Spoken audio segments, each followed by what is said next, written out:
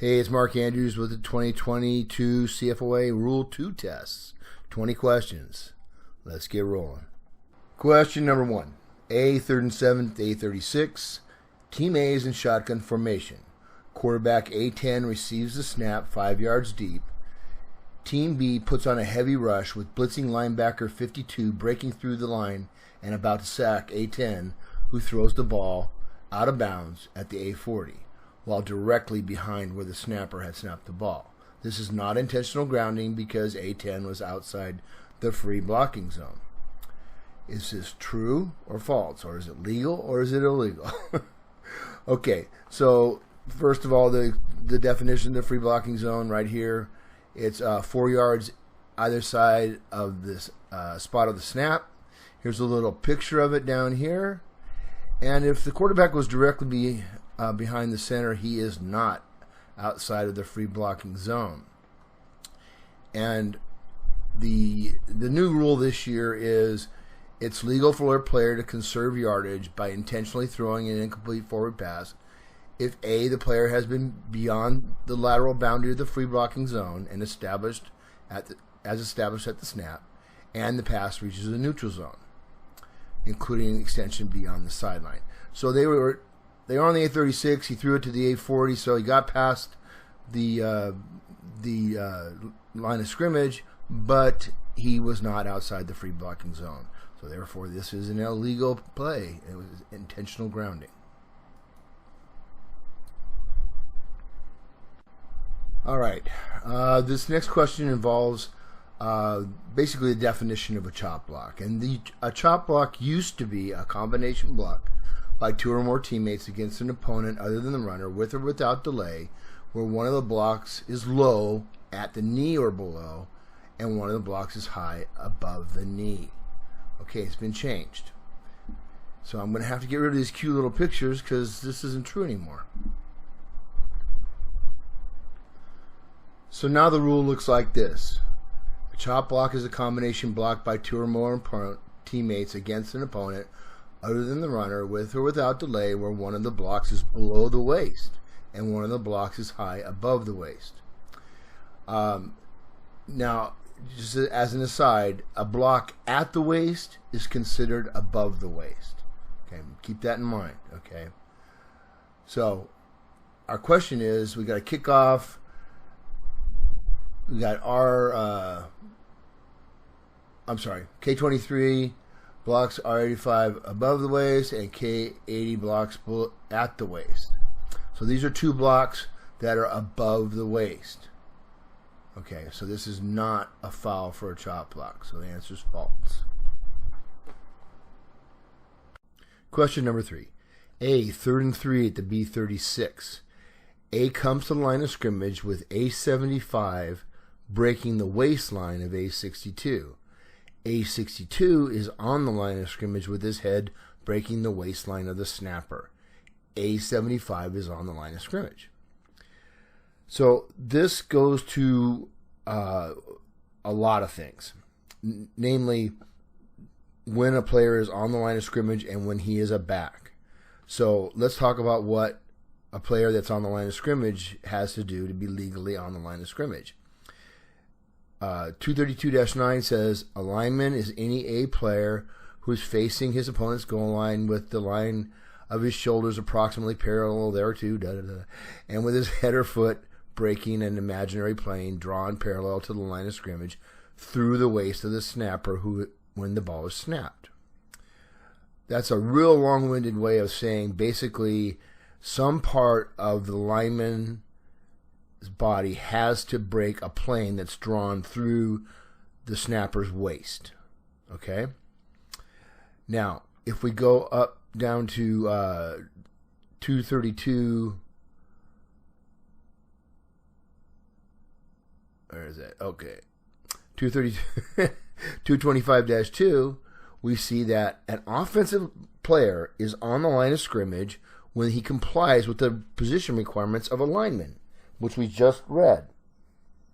So, if we look down here at the picture below, we can see that in the first play picture, while 88 here is breaking the plane with his hand of the line drawn through his nearest teammate. He is not breaking the plane of the center. And in play pick 2 here, he is. He is breaking that plane with his hand. You can see I don't know if you can see the little white line, but that's the plane. And why is this important? Okay, for a number of reasons. One of our requirements for a legal formation is that at least 5 men are on the line of scrimmage at the time of the snap. And also, we have to determine what a back is. And a back is a player with no part of his body breaking the plane of an imaginary line drawn to the line of, parallel to the line of scrimmage through the waist of his nearest teammate, who is legally on the line, except for the player under the snapper. That's the quarterback. So if this guy is breaking the plane of the waist of his nearest teammate, he's not a back, but he's also not on the line of scrimmage. And this is what's known as no man's land. And this has a lot of implications in terms of the defense may think that he's a back and put pass coverage on him. He gets an advantage on pass plays because he has already a step back, and that's a big advantage for any of you guys that ever played linemen. That's an advantage for blocking on a pass play. So we want to clean this up. We maybe warn once and then throw a flag because you have an illegal formation. All right, so the answer to number 3 is false. Okay, question number 4. A 39 at the A40. Quarterback A10 places his hands on the waist of the snapper and is calling signals. The snapper snaps the ball and it goes between the quarterback's legs. A23 picks it up at the A35 and runs to the A46. So the question is this an illegal snap? And so if we go to 240-2, it basically doesn't. It says the snap begins with the snapper when the snapper first moves the ball legally, other than in an adjustment in a snap. The movement must be quick and continuous backward motion of the ball, which the ball immediately leaves the hands of the snapper and touches a back. Doesn't say the quarterback or the ground before it touches an alignment. So this is kind of a backwards question. So if the ball had been picked up, had gone to a lineman, that's an illegal snap. There are other types of illegal snaps, but that's one of them. So there's nothing illegal about this. It's odd, but you've probably seen it happen. So this is legal. B. Question number 5. A first and 10 at the A24. A10 is standing behind the snapper, so he's the quarterback, when he signals A23 in motion. He then places his hands under the snapper. So while A23 is in motion, the quarterback goes under the center to receive the snap. Now, he then hands the ball to A32, who runs as tackled at the A30. So is this legal? Is it a dead ball foul or is it a live ball foul? Well, this has to do with an illegal shift, or a shift rather. A shift is the action of one or more offensive players who, after a huddle or after taking set positions, move to a new set position before the ensuing snap. Now, so believe it or not, you new guys, when the team breaks the huddle and goes to their positions, that's a shift, okay? And they all have to come set for 1 second before anything happens. That if they don't come set for 1 second, we've got an illegal shift. So what we have here is A23 and A10 both shifting. Although A10 shift was small, it's still a shift. And so in order for this to be legal, both A10 and A23 would have to come to a complete stop for at least 1 second. Now, this is not a dead ball foul. You throw the flag and you let the play continue. But this is a live ball foul for an illegal shift. A, 1st and 15 at the A19. Question number 6. A, 2nd and 10 at the A37. A62 is on his scrimmage line and in the free blocking zone at the snap. At the snap, he drops back one step and moves inside to block B63 in the back while the ball is still in the free blocking zone. B63 was in the free blocking zone at the snap. So we usually, when we're talking about the free blocking zone, we usually think of blocks below the waist, but it is legal to block in the back in the free blocking zone if all the other criteria are met for a legal block in the free blocking zone. So, 1017-3 tells us blocking in the back is permitted in the free blocking zone when the following conditions are met. It's by offensive linemen who are on the line of scrimmage and in the zone at the snap. We know that's true.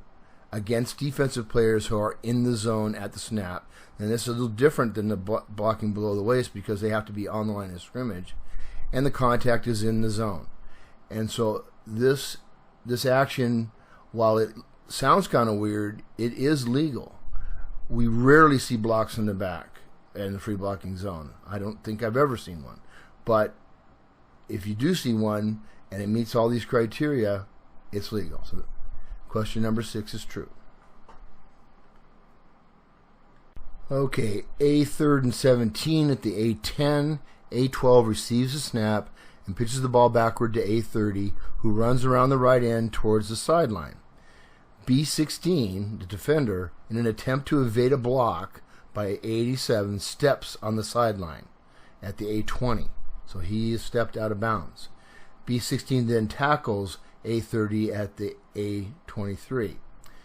So if you remember if you've done the study guide already, you saw a lot of questions like this.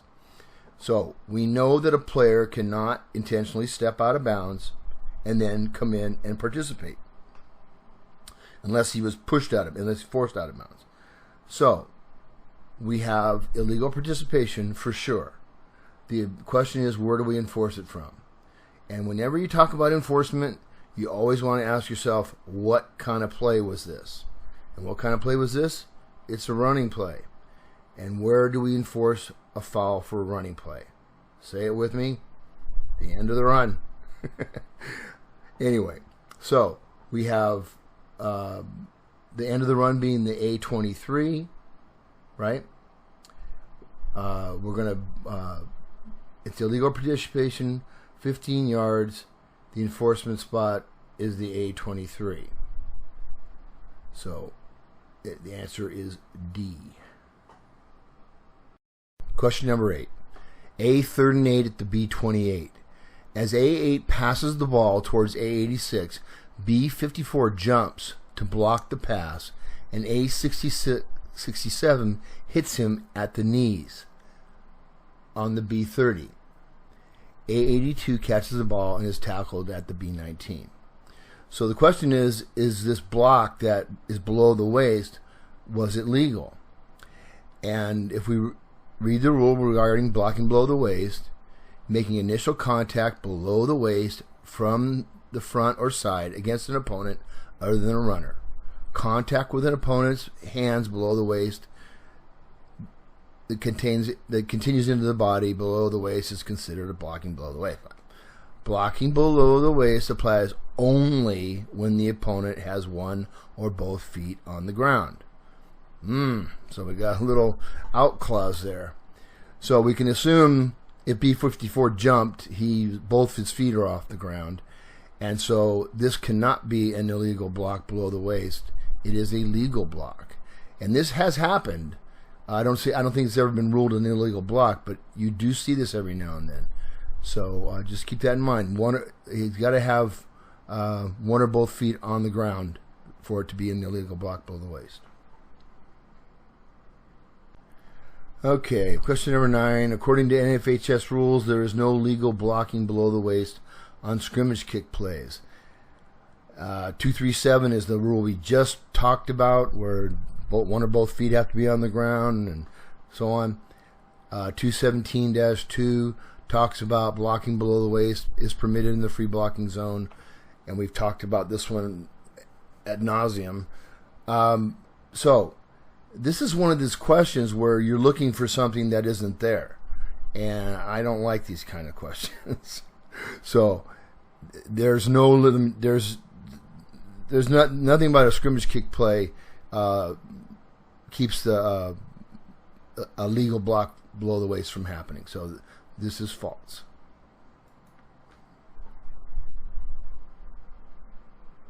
Okay, question number 10. A 3rd and 5 at the B15. A15 passes the ball to airborne 87, who receives the ball in the end zone. When it says receives, he's caught it. It's a catch. B25 contacts A87, who lands on his feet inbounds on the B1. So obviously B25 hit him in the back, right? Or maybe hit him in the front. I doubt it, but it's probably in the back. And then he fumbles the ball, which rolls out of bounds at the B3.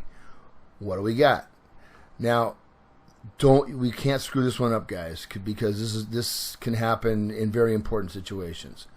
215-2 says when an airborne player makes a catch, forward progress is the furthest point of advancement after he possesses the ball if contacted by a defender. And here we see in this mechanogram the very thing that they're describing in the question. He caught the ball in the end zone. He landed in the field of play. This is a touchdown. And this applies also to forward progress on a pass, say, to the line to gain. And, sometimes those hits can really drive the player back 2, 3, 4 yards. So you have to know where he, possessed the ball. And look up possession. So if you don't know what that is, but basically he's not fumbling it. He's got control of it. And we've got to give him all that progress. And generally speaking, the official on the other side of the field will have a better look at where that reception occurred than the guy that's closest to it. So this is where cross-field mechanics come in, and we're going to use cross-field mechanics a lot this year, right, guys? Because we haven't been using them enough. So the answer here is touchdown. Okay. Question number 11. K 4th and 7 at the R45. K18 kicks the ball, which bounces and hits R23 on the leg at the R7. So R has touched it. The ball is rolling at the R4 when R23 bats the ball into the end zone where K25 recovers it. Is it a touchback?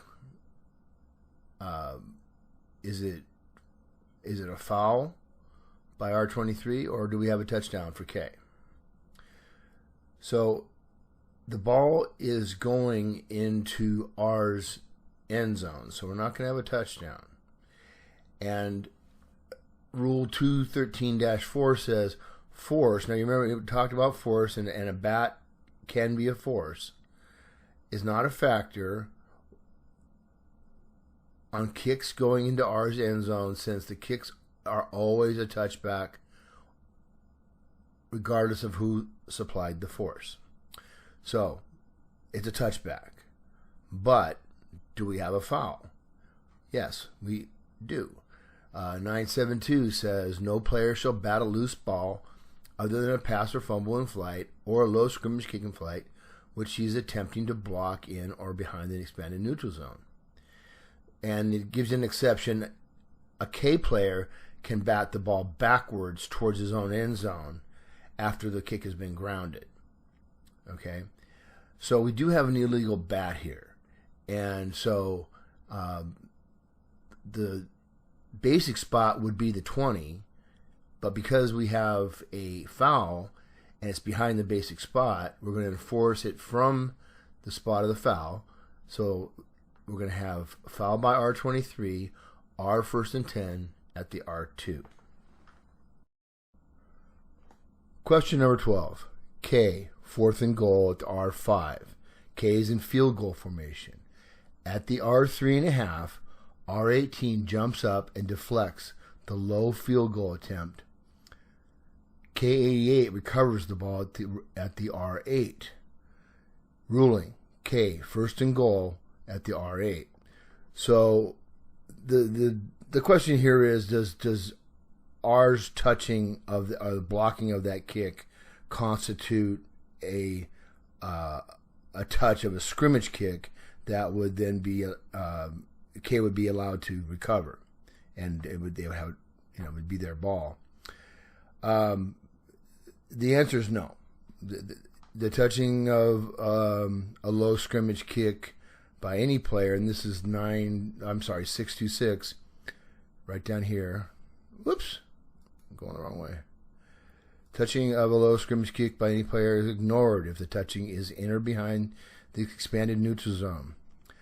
So, I just found out something that I never knew. Now, this is in the expanded neutral zone. The ball's on the 4. He blocks it at the 3.5, so he's in the expanded neutral zone. But behind the expanded neutral zone, you would think, I was thinking it was going, in R's direction. It's behind the neutral zone is in K's direction, which makes total sense because that would mean every time somebody blocked a kick, it would be a foul. So anyway, just so you know that he refers to 228-2, which is just the definition of the expanded neutral zone. Again, 2 yards behind the defensive line of scrimmage in the field of play during any scrimmage down. So the answer is false. Let's go. Move on.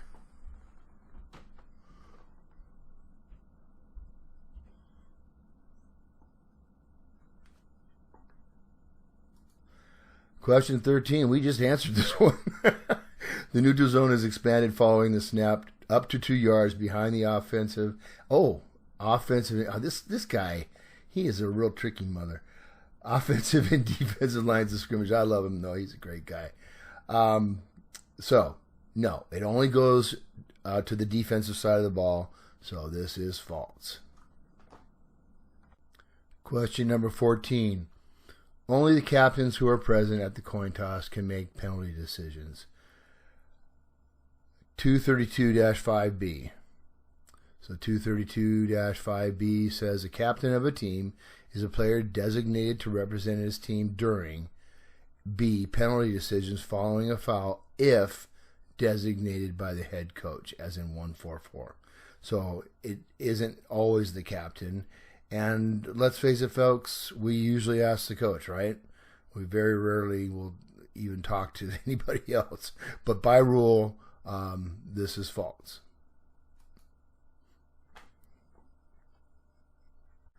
Question number 15. A, 2nd and 8 at the A30. A18 receives the snap and hands off to A21, who runs to the A35 where he fumbles. During the run, A86 holds B28 at the A36. The ball rolls out of bounds at the A40. If the penalty is accepted, it will result in. So, we've got a couple of things here. What kind of play is it? Because we have 2 types of plays here, right? We've got a running play until the runner fumbles the ball. When the ball is fumbled and until it goes out of bounds, it is a loose ball play. Now, we know that A86 held during the run. It says so. So, this is running play enforcement. And where do we enforce a running play? Say it with me. The end of the run. Now, where's the end of the run? Is it where it went out of bounds? Or is it where he lost possession? So, 233-2 is just a definition of a running play. And we've talked about this a lot, so I'm not going to go over it again. 241, guys, I would spend a lot of time with this particular rule. It's all the spots. Basic spot, enforcement spot, dead ball spot, inbound spot, out of bounds spot, post scrimmage kick spot, previous spot, spot of the foul. Okay, this is the one that pertains to this. The spot where a run ends is where the ball becomes dead in the runner's possession. That's the normal one, right? Where the runner loses player possession if his run is followed by a loose ball, which is exactly what we have. So the enforcement spot is where he fumbled, which is the A35. Now, 86 fouled at the A36, so that's beyond the basic spot. If it was behind the basic spot, we would enforce from the spot of the foul. But because it's ahead of it, we're going to enforce from the end of the run, which is the 35. So we're going to have A, 2nd and 13 at the A25. Question number 16. K, 4th and 10 at the K20. K99 receives a snap and kicks the ball. R32 rushes the kicker and partially blocks the kick at the K12. The ball goes to the K29 where K72 muffs the ball and it rolls out of bounds at the K32. All right, there's a lot here, and I don't want to get into other rules that regard K touching the ball, but there are restrictions on K touching the ball while it's in the air. And he doesn't really say if it's in the air, so we're not going to go there. But this is known as first touching. And R always has the right to take the ball at the spot of first touching unless R fouls after the kick ends. So in this case, there is no foul by R, so we've got first touching at the K29, right? K72 muffs the ball and it rolls to the K32. So R is going to get the ball first and 10 at the K29, first touching by K72. First touching is a really complicated concept. It occurs during scrimmage kicks and free kicks. So, read this rule carefully and a lot. If you have a Reading guide, read the section on first touching. It's very well written. All right, let's move on.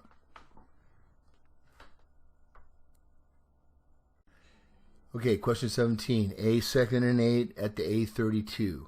After the snap, A66 and A56 double team on B75.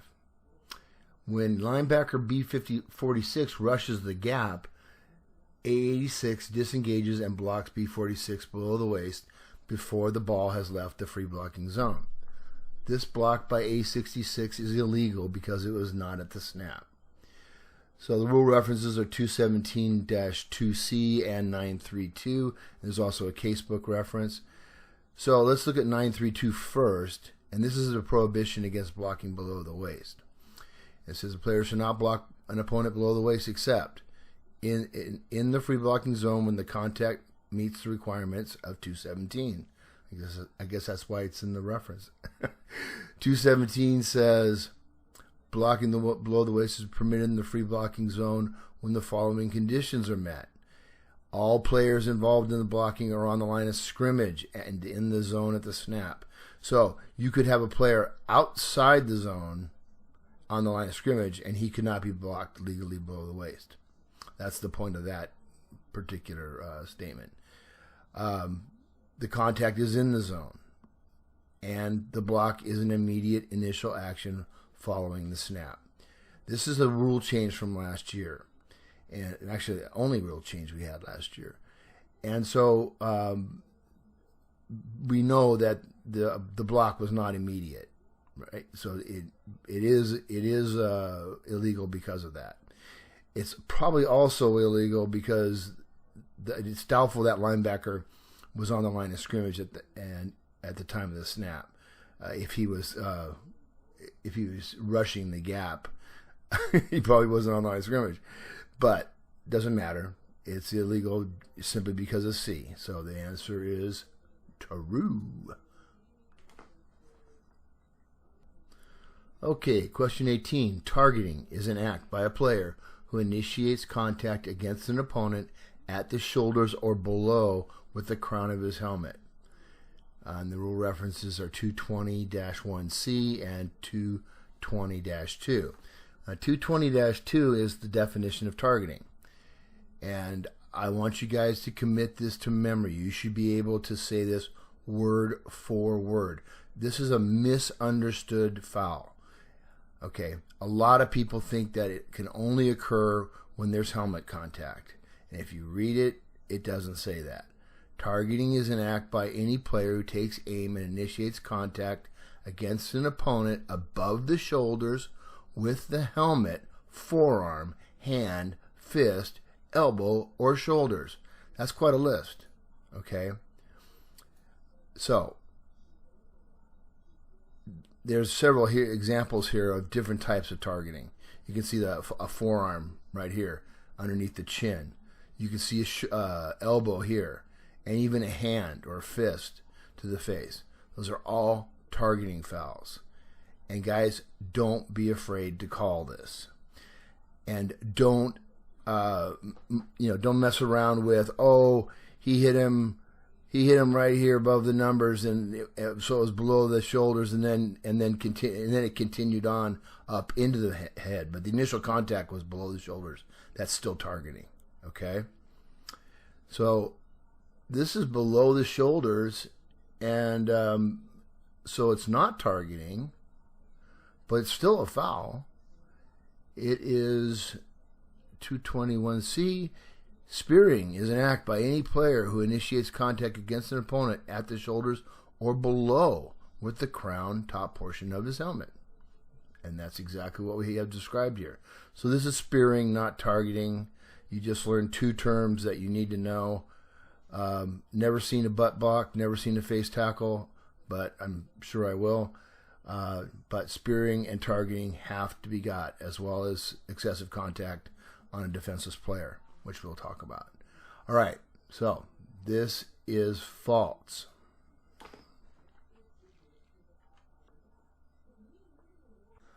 Question number 19. A second 11 at the B35. Snapper A52 drops back one step to block, and then he quickly moves 2 steps to his left and contacts rushing B52 in the back at the B36. This is a legal block in the back only if the ball is still in the free blocking zone and both players were in the zone at the snap. So blocking in the back is the other thing that can happen in the free blocking zone that's legal. So if we look at 217.3, blocking in the back is permitted in the free blocking zone when the following conditions are met by offensive linemen who are on the line of scrimmage. So the other, remember, blocking below the waist, both sides, offense and defense, had to be on the line of scrimmage. But in this case, it's just the offensive linemen against defensive players who are in the zone at the snap, and the contact is in the zone. Well, we know the contact is in the zone because it occurs at the B36, and they start at the B35. So we're in the free blocking zone, probably. But the ball still has to be in the free blocking zone as well. So when the ball leaves the free blocking zone disintegrates. All right? So 935 is simply the prohibition against blocking in the back, and a player shall not block an opponent in the back except in the free blocking zone when the contact meets the requirements of 217, which we just went through. So the way this stated, this is true.